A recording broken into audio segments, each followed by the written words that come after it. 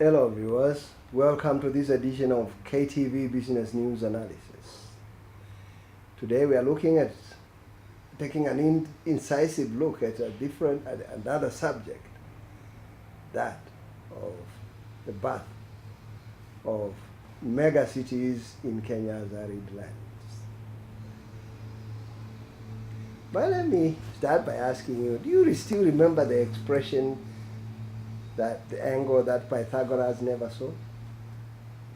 It was used, it was common by smart Alexes in our school days when they help us solve a difficult sum, or even when they outsmart us on something. Well, here we do not pretend to be smart Alexes, but we have seen something other people are yet to see. Yes, you see there is a lot of hot air about the LAPSSET project. Some question its viability, thinking that it is wasting good money in pursuit of bad money. Well, that is not my point here. When opening up northern Kenya through the Lamu port was conceived in the 1970s, the idea was to open up 2/3 of the country. Kenya is a vibrant economy driven by only 1/3 of the country, the area to the south of the northern corridor. What would happen if we opened the area north of the corridor? Some smart Alec thought. The jam had been planted and it had to grow. Now, we are told, opening that part of the country will generate an additional 2 to 3% of our GDP a year. So the development of the resort cities was conceived. Resort cities are sites meant to enhance Kenya's tourism sector by extending the menu of products and destinations.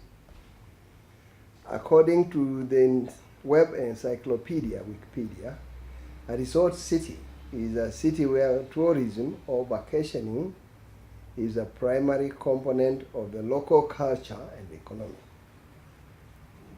Most resort towns have one or more actual resorts in or nearby. Well, the northern Kenya is rich in tourist attractions for sure. Therefore, developing these resort cities in Lamu, Isiolo, and Turkana look like a sensible economic proposition. Sites were identified,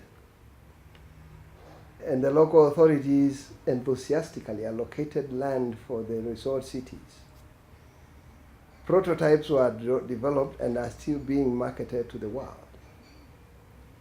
However, recent developments point to growth of mega cities where tourism will play a second fiddle to other economic activities.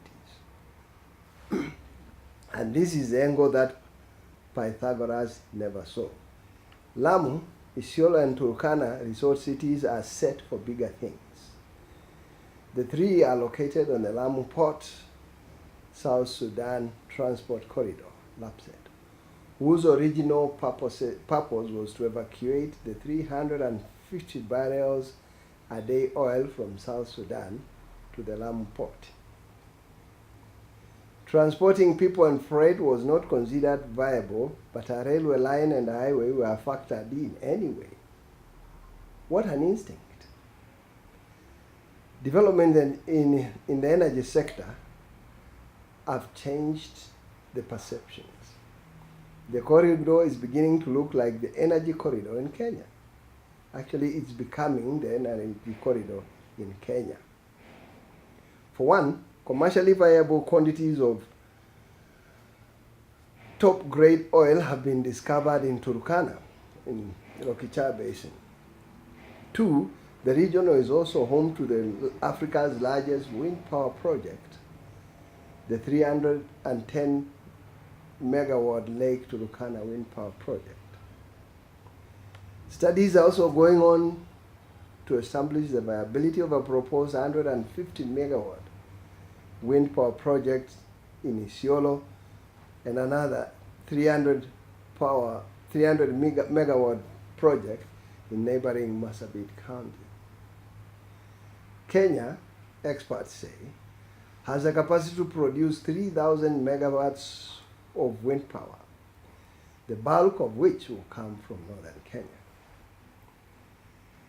The Lamu port will comprise of oil refineries in addition to oil export jetties. In effect, the entire corridor will produce, distribute, or transport and export energy products. Given the potential for energy to attract mega dollars, analysts see these cities growing to mega cities where tourism will play a secondary role. Not that anyone would complain. Initially, the 26 billion Lapsset corridor was expected to generate an additional 3% a year to Kenya's GDP when completed. However, with the discovery of oil, it shall be expected to generate more. Experts are yet to place a finger on the figure. Not that tourism will fade away, no. But the regular activity and language even in the resorts is energy, oil, wind power, solar power, you name it. The three cities are endowed with rich natural heritage such as wildlife, natural parks. Isiolo Resort City, for instance, is bordered to the south by the world-famous Lewa Wildlife Conservancy, to the north by Buffalo Springs and Shaba National Reserve, and Saburu Game Park and Ewazongiro River to the west.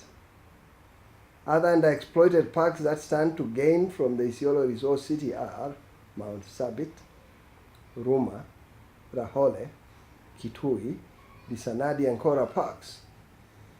These parks abound with rare wildlife and other attractions, including beautiful scenery.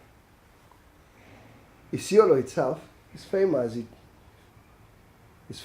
It was catapulted into international fame by movies that were shot at Shaba over the last 2 decades. These include Born Free, Out of Africa, To Walk with Lions, and CBS TV blockbuster series, Survive Africa. The Isiolo Resort City will be built on a 6,000 acres site at Kipsing Gap, 20 kilometers outside Isiolo town. Preliminary estimates show that Isiolo City will cost $220 million.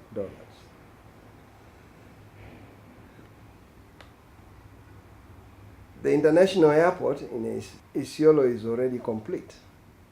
Isiolo is also a junction city to the Mombasa-Nairobi-Addis Ababa highway. The Turkana Resort City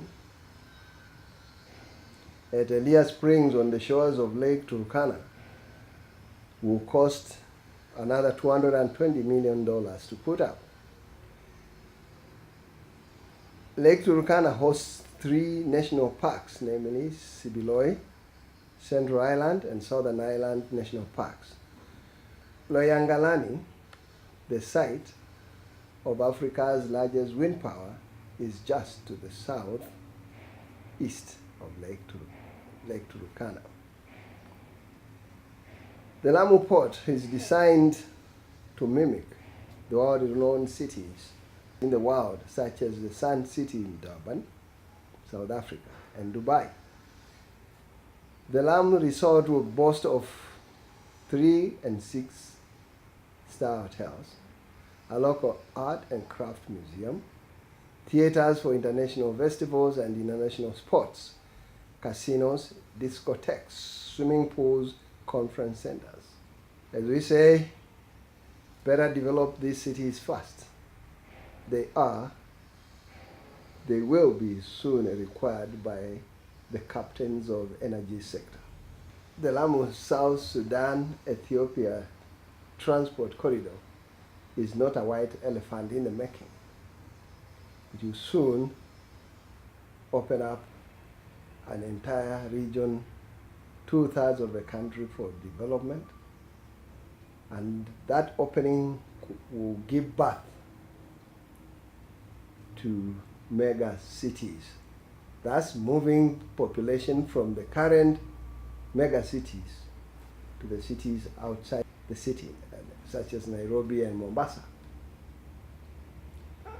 Viewers, for more analysis of this kind, please subscribe to KTV.